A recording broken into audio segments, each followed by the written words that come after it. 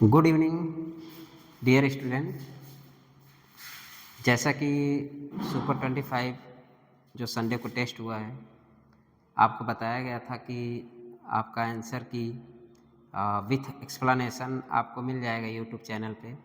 तो सबसे पहले आपको सुपर 25 चैनल में स्वागत है। मैं आज डिस्कस करने जा रहा हूँ बायो, जो कि क्लास 9th और 10th मीन्स बोले तो ग्रुप ए का डिस्कशन आज है।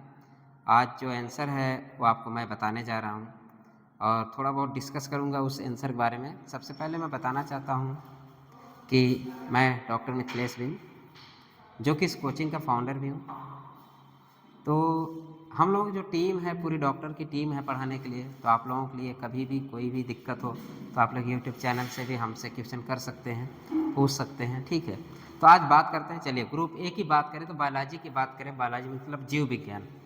तो हिंदी और इंग्लिश दोनों में पेपर हमारे बच्चे दिए हैं। तो आज हम उनका रिजल्ट या आंसर की बताने जा रहा हूँ। तो आप ध्यान से देखिएगा और इसको नोट करिएगा, और अपना अगर बुकलेट आप अपने पास रख के इस वीडियो को देखेंगे तो आपको थोड़ा आसान हो जाएगा कि आंसर की करने में, ठीक है। तो चलिए बात करते हैं। पहले क्वेश्चन की बात करें तो most of the paramecium move with the help of, या बोले तो अधिकांश पैरामीशियम किसकी मदद से चलते हैं, ठीक है। तो अगर हम बात करें तो पैरामीशियम कुछ ऐसे ही बनता है, ठीक है। तो पैरामीशियम बहुत सारे सीलिया लगे होते हैं। तो बोले तो सीलिया के सहायता से, इसे सीलिया बोलते हैं, सीलिया के सहायता से ही मैक्सिमम क्या होता है, जो मूवमेंट होता है, किसका मूवमेंट, पैरामीशियम का। मोस्टली मूवमेंट किसके वजह से होता है भाई, ये सीलिया की वजह से, ठीक है, सीलियक। तो आंसर क्या गया 26 का सी। अब हम दूसरे की बात करें, engulfing of the food material foreign body by the cells like the amoeba is called.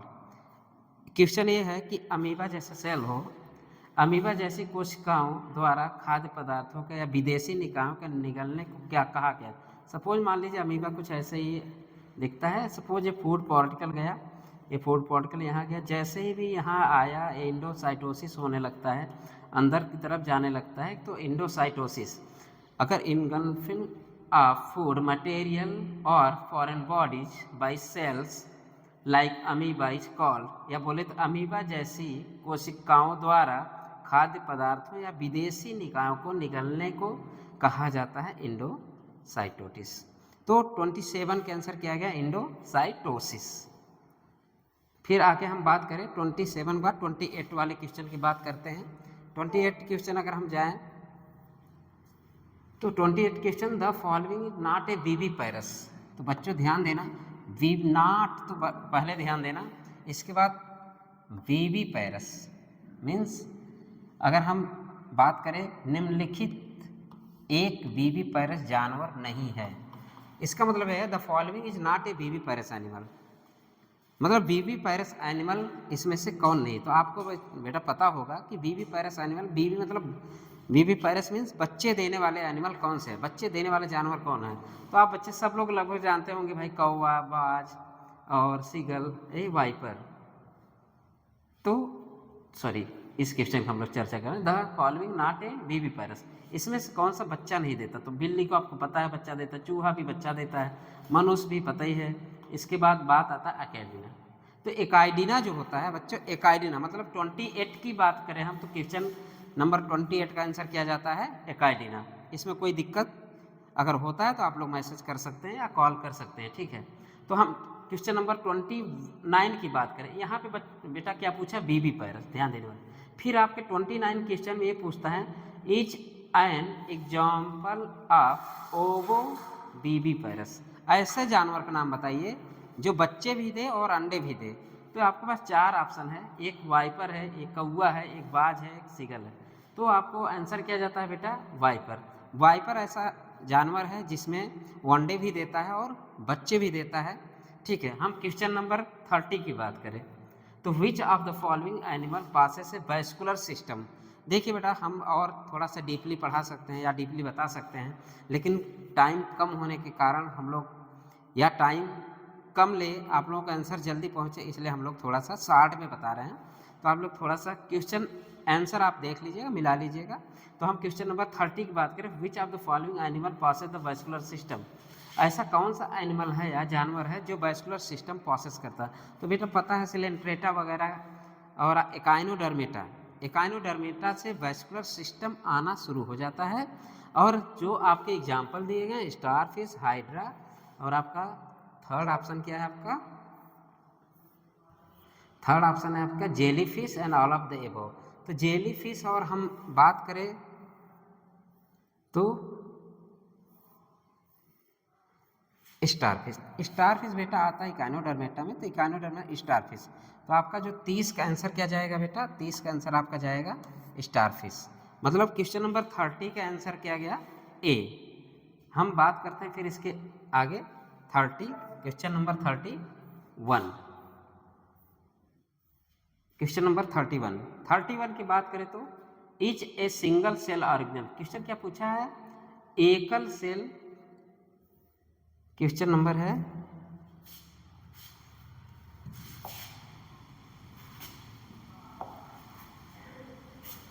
एकल सेल कोशिका वाला जीव है, मतलब सिंगल सेल वाले कोशिका का नाम बताए तो बेटा ये प्रोटोजोवन जो होता है अमीबा।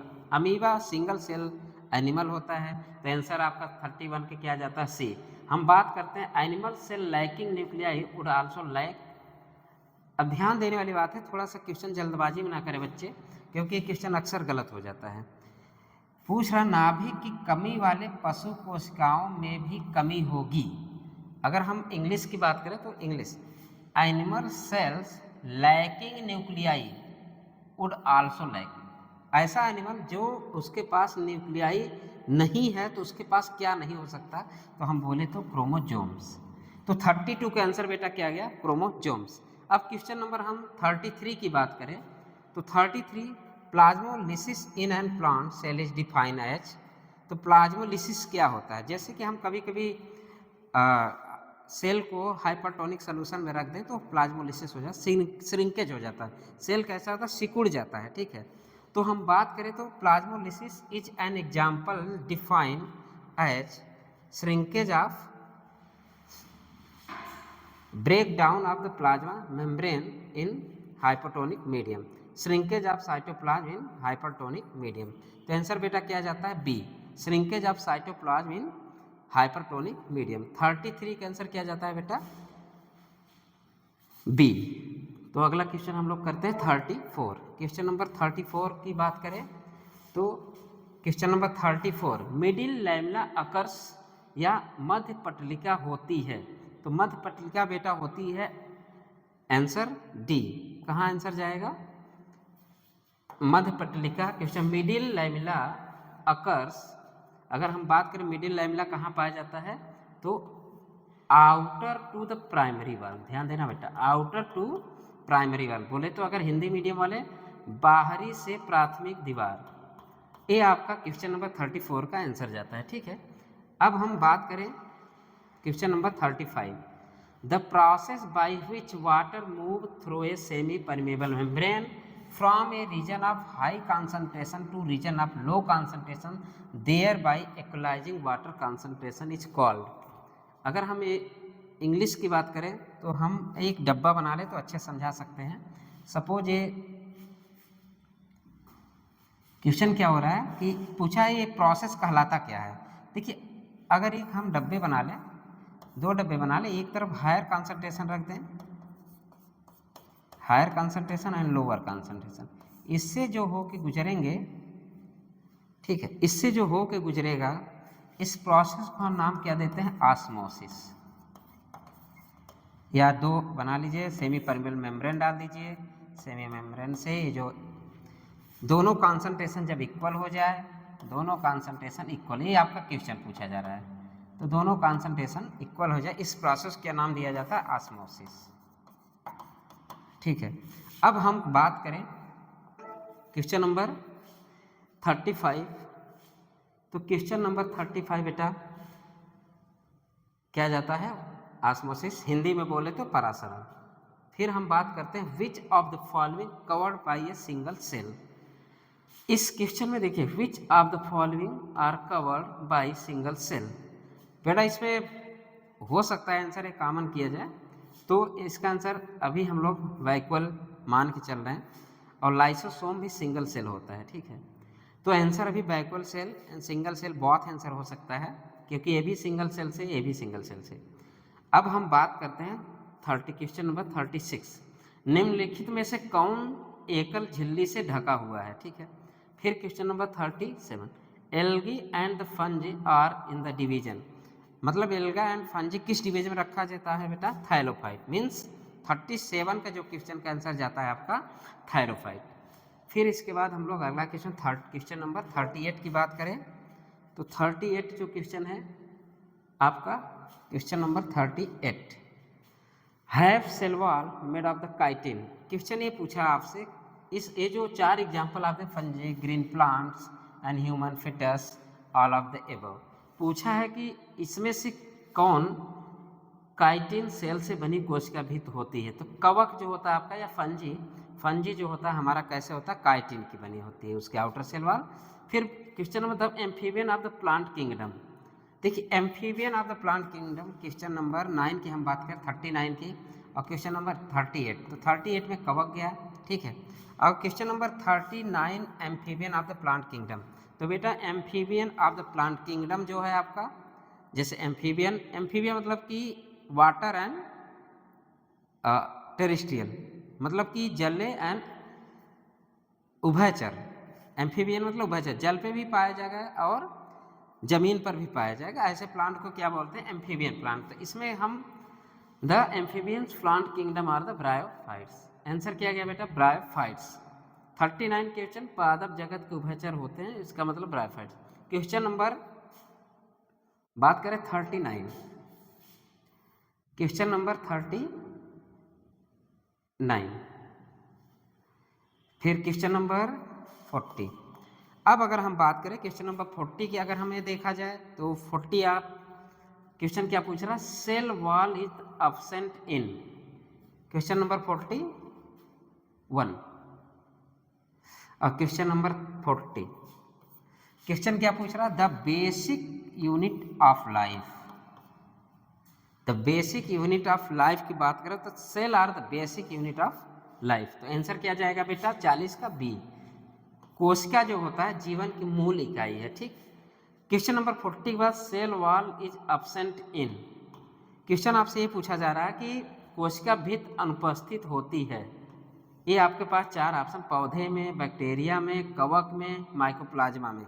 तो बेटा मैं बता दूं, माइकोप्लाज्मा जो होता है ये कोशिका भित्त अनुपस्थित होती है, इसी की वजह से इसको जोकर ऑफ प्लांट कहते हैं, joker of plant, joker of plant kingdom.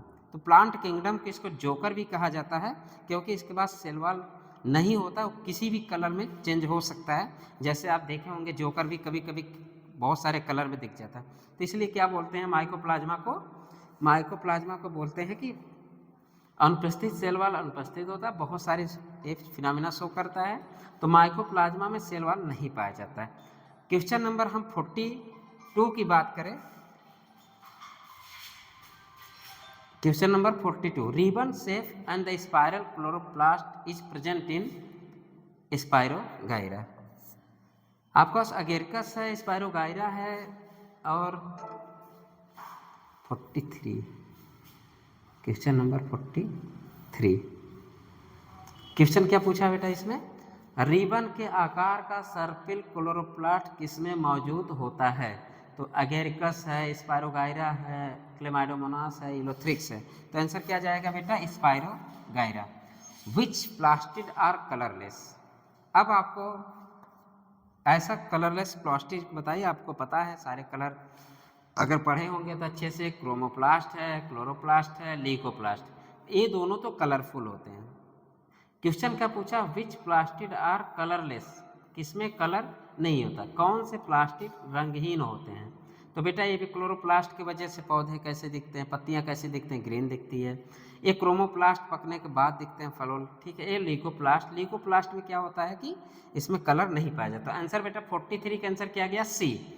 अब बात करते हैं हम एन 44 की, क्वेश्चन नंबर 44। अगर क्वेश्चन नंबर 44 के, unripe green fruit change colour when the ripen. जैसे मान लीजिए आम है, सपोज ये आम है, आम है, ये पक जाता है, ठीक है, मान लेते हैं आम कैसा हो गया, पक गया सपोज। देखिए आम तो बनाने नहीं आया, आप लोग समझ जाइएगा ये आम है। तो क्वेश्चन यही है, पहले तो एन अनराइप ग्रीन फ्रूट, ये आम का फल है, आम का फल पहले कैसा था बेटा, ये ग्रीन था, कैसा था ये, ग्रीन था, बोले तो ये ग्रीन था। इसके बाद ये पकने के बाद कलर इसका चेंज होता है, आपको क्वेश्चन यही पूछा गया। तो क्लोरोप्लास्ट चेंज टू क्लोरोफिल, गलत है क्योंकि क्लोरोप्लास्ट में क्लोरोफिल पाया जाता है।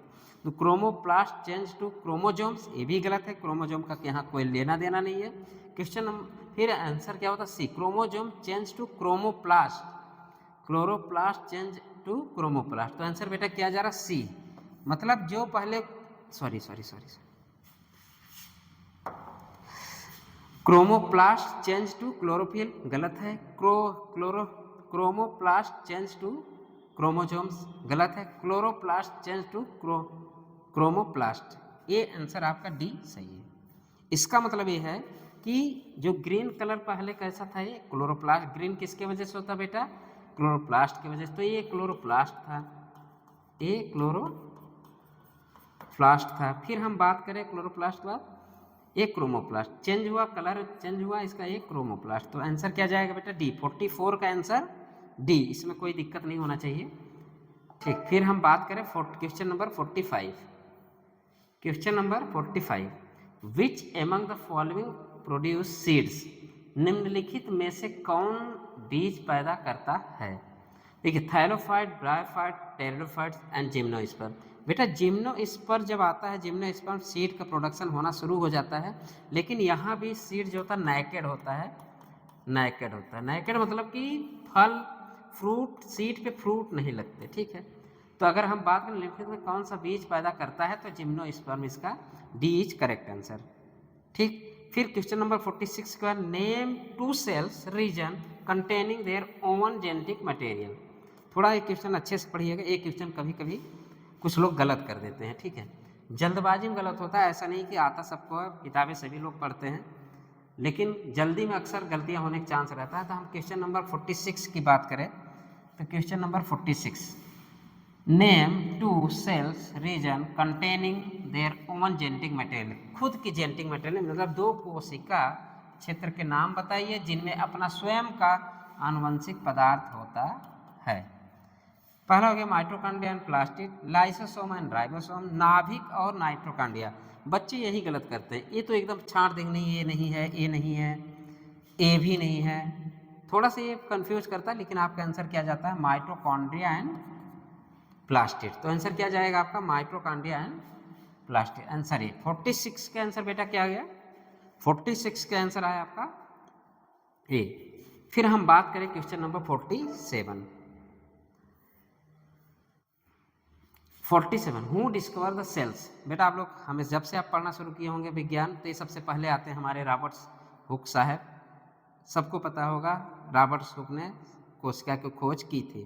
तो ये तो बहुत सारे बच्चे सही किए होंगे, ये तो किसी का गलत नहीं हुआ होगा। तो कोशिका खोज बेटा किसने किया, रॉबर्ट्स हुक ने। तो आंसर क्या जाता है आपका, आंसर क्या जाता है आपका, रॉबर्ट्स हुक, ए, कोशिका खोज किसने किया, रॉबर्ट्स हुक ने किया। अब क्वेश्चन नंबर 48 की बात करें, क्या हुआ,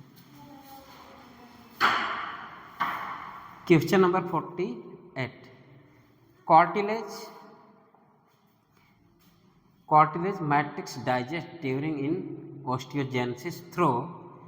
तो आपको पता कार्टिलेज मैट्रिक्स जो होता है डाइजेस्टेड ड्यूरिंग ओस्टियोजेनेसिस, ओस्टियोजेनेसिस। तो आंसर क्या जाएगा बेटा, इंट्रासेलुलर हेट्रोफाइजिक एक्टिविटी। तो 48 का आंसर क्या गया बेटा, सी। अगर हम क्वेश्चन नंबर 48 की बात करें, तो कार्टिलेज मैट्रिक्स को इसके अस्थि जनन के दौरान इस प्रकार पचाया जाता है, तो अंतः कोशिकाएं हेट्रोफाइजिक गतिविधि द्वारा पचाया जाता है, ठीक है।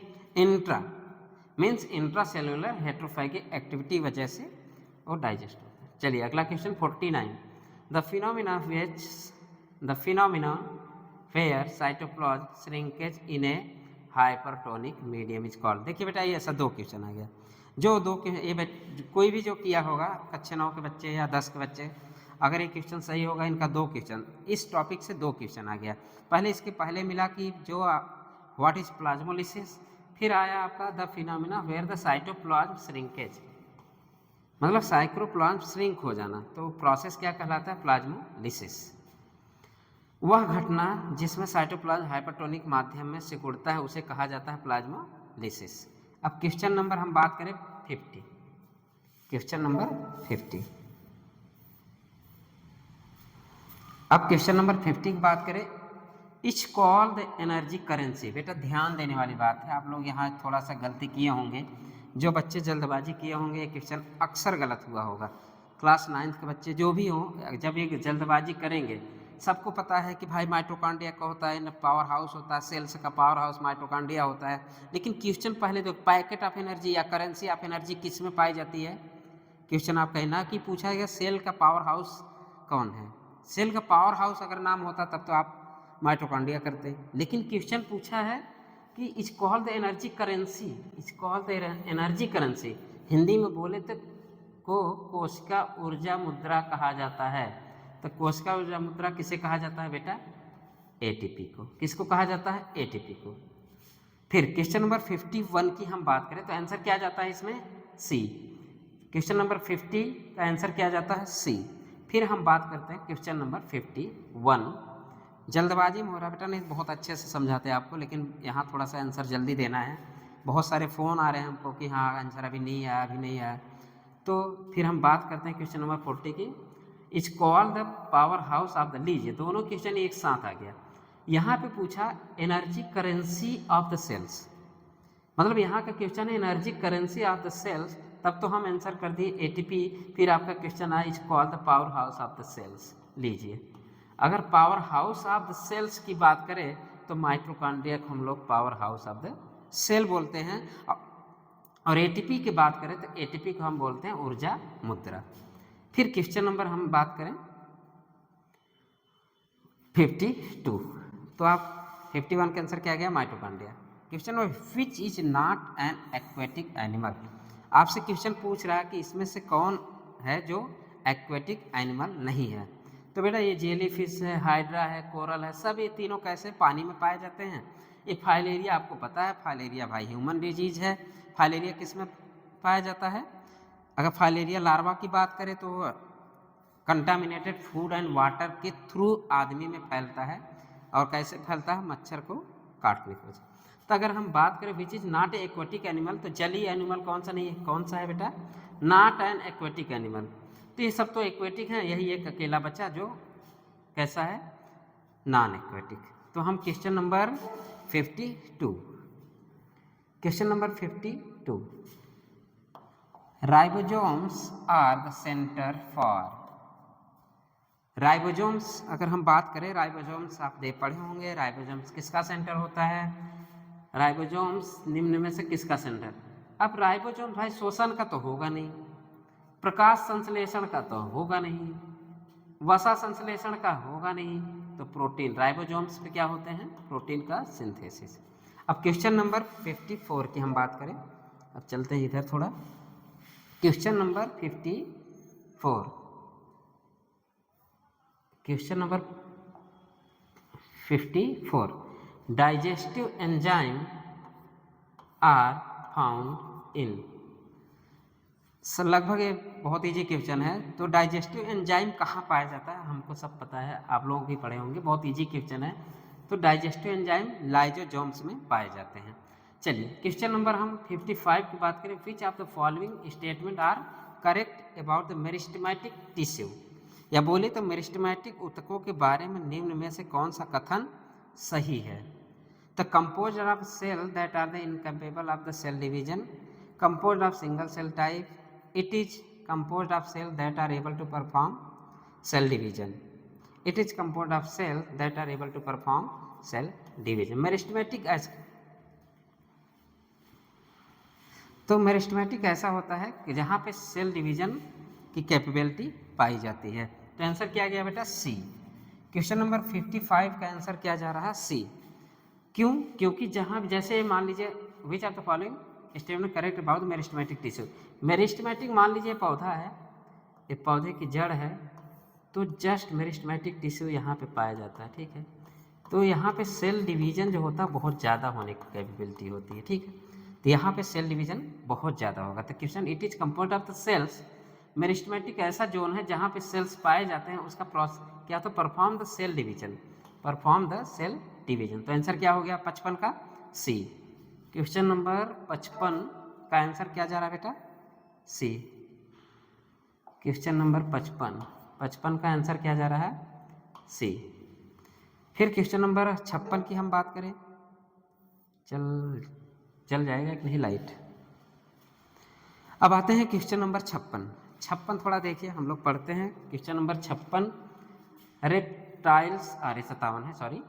Question number 56, which of the following is connective tissue. Question पूछा जा रहा है इसमें से कनेक्टिव टिश्यू कौन सा है। तो विच of the following connective tissue, question number 56, ध्यान से देखिएगा।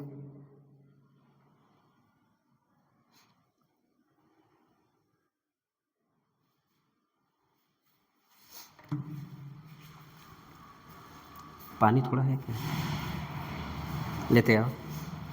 चलिए क्वेश्चन नंबर 56 कहाँ गया question, connective tissue, which of the following connective tissue. Question number ये पूछा गया कि आपका कनेक्टिव टिश्यू से क्या क्या, तो आपको पता है लिगामेंट जो होता है वो भी कनेक्टिव टिश्यू से बना होता है, टेंडन की बात करें ये भी कनेक्टिव टिश्यू से बना होता है, और ब्लड तो भाई कनेक्टिव टिश्यू है ही है, ठीक है। ब्लड कैसा है, connective tissue, mesodermal connective tissue. तो आप बात करें तो आंसर क्या गया बेटा, डी, मतलब उपरोक्त सभी। इसमें से जितने भी एग्जाम्पल हैं अगर हम बात करें तो क्या हो गया, डी, उपरोक्त सभी, क्योंकि इसमें भी लिगामेंट में भी कनेक्टिव टिश्यू हुआ, टेंडन में भी कनेक्टिव टिश्यू हुआ, ब्लड भी कनेक्टिव टिश्यू होता है। क्वेश्चन नंबर 57 की अगर हम बात करें तो क्वेश्चन नंबर 57 क्या है, रेप्टाइल्स आर, या बोले तो हिंदी में अगर हम बात करें सरीसृप हैं। तो सरीसृप रेप्टाइल में देखिए जो हार्ट का डेवलपमेंट अगर हम बात करें अच्छे से, तो भाई फ्रॉग तक 3 चैम्बर हार्ट था। अब आपको पता है 3 चैम्बर हार्ट है तो कोल्ड ब्लडेड एनिमल होते हैं। जब 4 चैम्बर हार्ट आना शुरू होता है तो वहाँ से क्या होता है कि वार्म ब्लडेड एनिमल शुरू हो जाते हैं। तो अगर हम रेप्टाइल की बात करें तो रेप्टाइल कैसे होते हैं, warm and cold blooded animal, ठीक है। तो ये होता है आंसर कोल्ड ब्लडेड एनिमल। हम लोग किस में आते हैं, वार्म ब्लडेड एनिमल, क्योंकि हमें क्लोज सर्कुलेशन मीन्स हार्ट का डेवलपमेंट हो जाता है, 4 चैम्बर हो जाता है, कोई भी ब्लड की मिक्सिंग नहीं होती, जिसके वजह से हम लोग किस में आते हैं, वार्म ब्लडेड। लेकिन अगर हम रेप्टाइल की बात करें बेटा तो रेप्टाइल किस में आते हैं, कोल्ड ब्लडेड एनिमल। तो रेप्टाइल कैसे होते हैं, कोल्ड ब्लडेड। अब हम बात करें अगर तो क्वेश्चन नंबर 58, चलिए थोड़ा सा ध्यान से देखिएगा। क्वेश्चन नंबर 58, अगर क्वेश्चन नंबर 58 बात करें, गाल्जी उपकरण,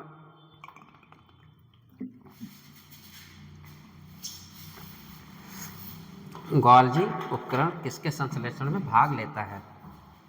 तो मैं कई कॉलेज विजिट कर रहा था तो मैं ये बताया था कि बस 57, क्वेश्चन नंबर 57, गोल्जी उपकरण या Golgi apparatus take part in synthesis of, किसके सिंथेसिस में, ग्लाइकोलिपिड्स, ग्लाइकोप्रोटीन एंड हार्मोन। तो आपको मैं बताना चाहता हूँ कि गोल्जी apparatus ऐसा है जहाँ पे ग्लाइकोसाइडेशन वर्ड आता है, एनसीईआरटी ने लिखा है ग्लाइकोसाइडेशन एंड ग्लाइकोलिपिडेशन। तो ग्लाइकोसाइडेशन लिपिडेशन तो दो तो एकदम क्लियर हो गए। तो अगर क्वेश्चन बात आई कि Golgi apparatus in synthesis of the, ये भी सिंथेसिस करेंगे, ये भी सिंथेसिस, ग्लाइकोप्रोटीन्स एंड ग्लाइकोलिपिड्स का सिंथेसिस भी क्या होगा, फिर एक आपका हार्मोन। तो क्या आंसर क्या जाएगा, डी। अगर हम क्वेश्चन नंबर 58 की बात करें तो आंसर क्या जाता है बेटा, डी। अब चलते हैं हम लोग क्वेश्चन नंबर 59, ठीक है। क्वेश्चन नंबर 59 की अगर हम बात करें तो question number 59, which is the longest cell in the human body. अब लगभग ये हम लोग जो बच्चे होते हैं जनरल नॉलेज भी पढ़ लेते हैं, longest cell of the body या कौन सा होता है, मानव शरीर की सबसे लंबी कोशिका कौन सी होती है। इसका मतलब ये है कि मानव शरीर की लंबी कोशिका कौन सी होती है बेटा, मानव सेल्स की लंबी कोशिका आपको पता होगा तंत्रिका तंत्र, या बोले तो नर्व सेल। अब क्वेश्चन नंबर हम चलते हैं 59 से 60। अगर क्वेश्चन नंबर 60 की बात करें, name the plastid important for the photosynthesis in plants, या हिंदी में पढ़े तो, अगर हिंदी की बात करें तो हिंदी वाले स्टूडेंट इंग्लिश वाले दोनों बच्चे देखते चले। पौधों में प्रकाश संश्लेषण के लिए महत्वपूर्ण प्लास्टिड का नाम बताइए। महत्वपूर्ण प्लास्टिड का नाम क्या होगा बेटा, जिससे आपका फोटोसिंथेसिस हो। आपके पास ल्यूकोप्लास्ट है, क्रोमोप्लास्ट है, क्लोरोप्लास्ट है एंड साइटोप्लास्ट है। तो आपको पता है ल्यूकोप्लास्ट कलरलेस होता है, क्रोमोप्लास्ट कलर होता है, और एक क्लोरोप्लास्ट। तो क्लोरोप्लास्ट में क्या पाया जाता है बेटा, क्लोरोफिल, और जहाँ पे होता है फोटोसिंथेसिस। तो क्लियर हो गया, क्लोरोप्लास्ट में ही फोटोसिंथेसिस होगा, क्योंकि क्लोरोप्लास्ट में क्या पाया जाता है, क्लोरोफिल। तो हम लोग चलते हैं फिर question number 61। 61 is not found in the xylem tissue. तो बेटा जाइलम टिश्यू में क्या नहीं पाया जाता, ठीक है। तो क्वेश्चन की बात करें, is not found in xylem tissue, तो इसका आंसर जाता है सीयू ट्यूब जो होता है उसमें, जाइलम टिश्यू में सीयू ट्यूब नहीं पाया जाता। फिर क्वेश्चन नंबर हम चलते हैं 62। Nuclei were first discover. अभी आपके पास दोनों क्वेश्चन आ गया। एक बार क्वेश्चन आया कि कोशिका की खोज किसने किया था, दूसरी बार आया नाभिक की खोज किसने किया था, ठीक है। अब नाभिक की बात करें तो नाभिक की खोज किसने किया, या न्यूक्लियाई वेयर डिस्कवर बाय, तो रॉबर्ट हुक ने क्या किया था, सेल का खोज किया, और रॉबर्ट ब्राउन ने न्यूक्लियस का खोज किया, ठीक। Which of the following control the biological activity of the cell. Biological activity of the cell, अगर बायोलॉजिकल एक्टिविटी की बात आती है, बायोलॉजिकल एक्टिविटी, तो डीएनए आरएनए की बात आना शुरू हो जाती है। और ये आपको पता है न्यूक्लियस जो होता है, न्यूक्लियस ही पूरी बायोलॉजिकल एक्टिविटी को कंट्रोल करता है। इसमें कोई दिक्कत अगर हो तो आप लोग कभी भी यूट्यूब के माध्यम से जानकारी ले सकते हैं हमारे। फिर बात करते हैं हम क्वेश्चन नंबर 63। तो 63 का जो आंसर जाता है आपका सी, ठीक। हिंदी मीडियम इंग्लिश में दोनों लोग मिला लीजिएगा। फिर हम बात करते हैं क्वेश्चन नंबर 64।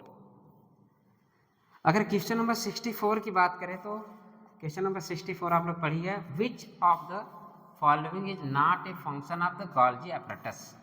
मतलब यहाँ क्वेश्चन ये पूछा गया कि गोल्जी एपरेटस जो है, या गोल्जी तंत्र जो है, निम्नलिखित में कौन सा, निम्नलिखित में से कौन गोल्जी तंत्र का कार्य नहीं है। जहर और दवाओं का विसरण, उत्पादों का भंडारण पैकिंग, लाइसोसोम का निर्माण, जटिल शर्करा का उत्पादन। तो इसमें बेटा क्या जाता है, अभी आप लोगों ने पढ़े, अभी इसके पहले जो क्वेश्चन था glycosidation, lipid formation and protein का फॉर्मेशन, वो आपका कौन करता था, गोल्जी एपरेटस। और यहाँ पे क्या हो रहा है, ये तो है ये भी भंडारण करेंगे, लाइसोसोम निर्माण भी करेगा, जटिल शर्करा का उत्पादन, मीन्स यही होता है आपका ग्लाइकोसाइडेशन, ग्लाइकोलिपिडेशन, ये सब इसमें आ जाते हैं, सब बनाता है। लेकिन ये जहर और दवाओं का विसरण नहीं करता। तो आंसर क्या जाता है बेटा 64 का ए। तो 64 का आंसर क्या जाता है ए। फिर हम बात करें 65, question number 65, lysosomes are called suicide bag because.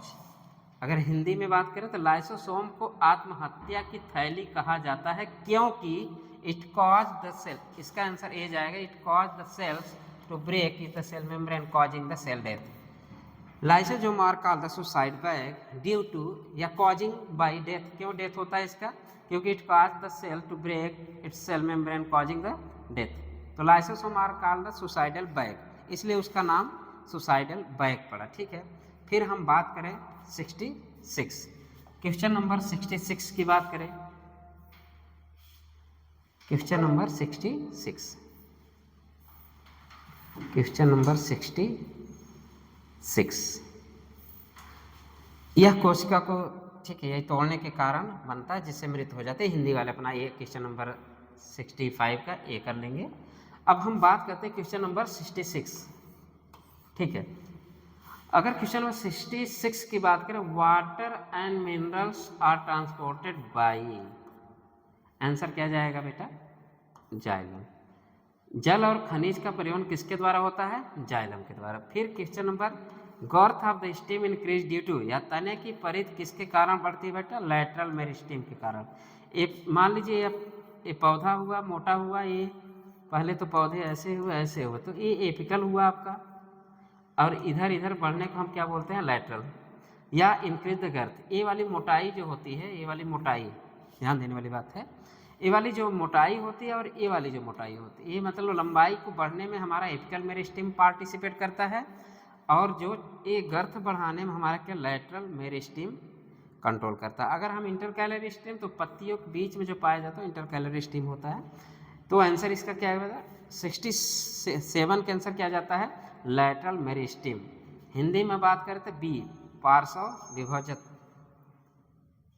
Question number 68। Question number 68। अब हम बात करते हैं क्वेश्चन नंबर 68 की। तो क्वेश्चन नंबर 68 क्या पूछ रहा है? विच of the following does not lose their nucleus at maturity. Hindi में पढ़े निम्नलिखित में से कौन परिपक्वता पर अपना केंद्रक नहीं खोता है? तो आंसर क्या जाएगा बेटा? कंपाइनियन सेल या साथी कोशिकाएं। साथी कोशिकाएं हैं भाई, एक का खो जाएगी दूसरे वाले का पार्टिसिपेट करेगा। कंपेनियन सेल, मान लीजिए दो सेल्स तरह ऐसा साथी हों, एक का न्यूक्लियस है एक के पास नहीं है, ये अपना मैच्योरिटी के बाद एक खो देता, लेकिन इसका दोनों ऐसा लगता है कि न्यूक्लियस सेल प्रेजेंट है। तो निम्नलिखित में से अगर बात करें which of the following does not क्या है? Does not lose their nucleus at the maturity. तो आंसर क्या जाएगा? Companion cells. दूसरा क्वेश्चन 69 की हम बात करें, या हम बात करें 69 की हिंदी में इंग्लिश में, दोनों देख लेते हैं। In desert plant rate of water loss gets reduce due to the presence of. रेगिस्तानी पौधे में जलहान की दर की किसकी उपस्थिति के कारण कम हो जाती है? क्यूटिकल। तो आंसर क्या जाएगा? Cuticle, stoma, lignin. रेगिस्तान पौधों में जल की हानि की दर की किसकी उपस्थिति के कारण कम हो जाती है? क्यूटिकल। हम फिर बात करें क्वेश्चन नंबर 70। Question number 70। किस कोशिका में छिद्रित कोशिका भित्त नहीं होती? बोले तो 70। Which cell does not have perforated cell wall. Question ये पूछ रहा है कि इसमें से किसमें परफोरेटेड सेल वॉल नहीं पाई जाती है? तो ट्रैकिड्स, सी ट्यूब, वेसल्स, ये सब में क्या पाया जाता है? Perforated cell wall. ऐसे सपोज मान लीजिए एक ऐसे परफोरेटेड सेल वॉल पाया जाता है। कंपाइनियन सेल में जो होता है आपका आंसर क्या जाएगा बेटा? साथी कोशिकाओं में कोई भी परफोरेशन नहीं या छिद्र नहीं पाया जाता है। किस कोशिका में छिद्रित कोशिका भित्त नहीं होती है? तो आंसर क्या जाएगा? साथी कोशिका, मतलब आंसर बी। 70 का आंसर क्या जाएगा बेटा? बी। ठीक है, फिर हम बात करें question number 71। A long tree has the several branches that tissue that help in the sideway conduction of the water in the branches is। एक लंबे पेड़ की कई शाखाएं होती है, शाखाओं में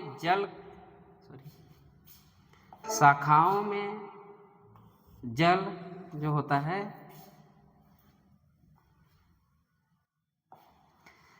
एक लंबे पेड़ की कई शाखाएं होती हैं, शाखाओं में जल के पार्श्व संवहन में सहायता करने वाले ऊतक हैं। Collenchyma, xylem parenchyma, parenchyma, xylem vessels. तो आंसर क्या जाएगा बेटा? जाइलम वेसल, डी, जाइलम वाहिकाएं। तो 71 का आंसर क्या जाता है बेटा? जाइलम वाहिकाएं। फिर क्वेश्चन नंबर 72 की बात करें। A person met with an accident in which two long bone hand are delocalized, which among following may be possible reason। Suppose मान लीजिए यहाँ टू लॉन्ग बोन, ये बोन या पैर की बोन मांग ले, यहाँ पे घुटने की बात करें, पैर के घुटने की बात करें, ये लॉन्ग बोन की बात कर रहा है। एक व्यक्ति दुर्घटना का शिकार हुआ जिसमें हाथ की 2 लंबी हड्डियाँ उखड़ गई। निम्नलिखित में से कौन सा संभावित कारण हो सकता है? तो लिगामेंट का टूटना जो होता है बेटा, वही संभावित पॉसिबल है। तो क्वेश्चन क्या गया आपका आंसर? Ligament break. 72 का आंसर क्या गया बेटा? Ligament break. 72 का आंसर क्या गया? लिगामेंट का टूटना। ठीक, क्वेश्चन नंबर 73। क्वेश्चन नंबर 73 एकदम इजी क्वेश्चन है, आप लोग कर सकते हैं, गलतियां नहीं हुई होंगी। मस्तिष्क किसका बना होता है? या बोले तो ब्रेन इज कंपोज्ड ऑफ, तो नर्वस टिश्यू बेटा, नर्वस टिश्यू। मतलब नर्वस टिश्यू से आपका क्या बना होता है? मस्तिष्क। स्टोमेटा आर फाउंड, अब पूछ रहा है स्टोमेटा कहाँ पाया जाता है। स्टोमेटा आर फाउंड, तो आपको पता है स्टोमेटा पता है बेटा, पत्ती में पाया जाता है। पत्ती के कहाँ पे पाया जाएगा, तो इन जाइलम, गलत बात है। फ्लोएम, गलत बात है। स्टोमेटा कैसा दिखता है, सपोज मान लीजिए जो स्टोमेटा एनसीईआरटी में बनाया गया ऐसे ही बना है, अभी तो क्लियर पिक नहीं बन पा रही। तो स्टोमेटा ये कहाँ पाया जाता है, पत्तियों पे। तो डार्सल साइड और एडैक्सियल साइड बाद में हम लोग आपको पढ़ाएंगे जब हमारे यहाँ आप सेलेक्ट होके आते हैं। तो stomata are found in the epidermis of the lips, lips के एपिडर्मिस पाया जाता है। ठीक, रंध्र पाए जाते हैं पत्ती की एपिडर्मिस में। ठीक, क्वेश्चन नंबर 75 की बात करें अगर हम, तो which tissue is present at the growing tip of the stem. अभी मैं जब उधर बता रहा था स्टेम की ग्रोइंग टिप पे क्या पाया जाता है, तो मेरिस्टेमेटिक जोन पाया जाता है। क्या पाया जाता है बेटा, मेरिस्टेमेटिक जोन पाया जाता है। ये क्वेश्चन नंबर आपका क्या हुआ 75। Which tissue present in the growing tips of the stem, तो आंसर क्या जाता है आपका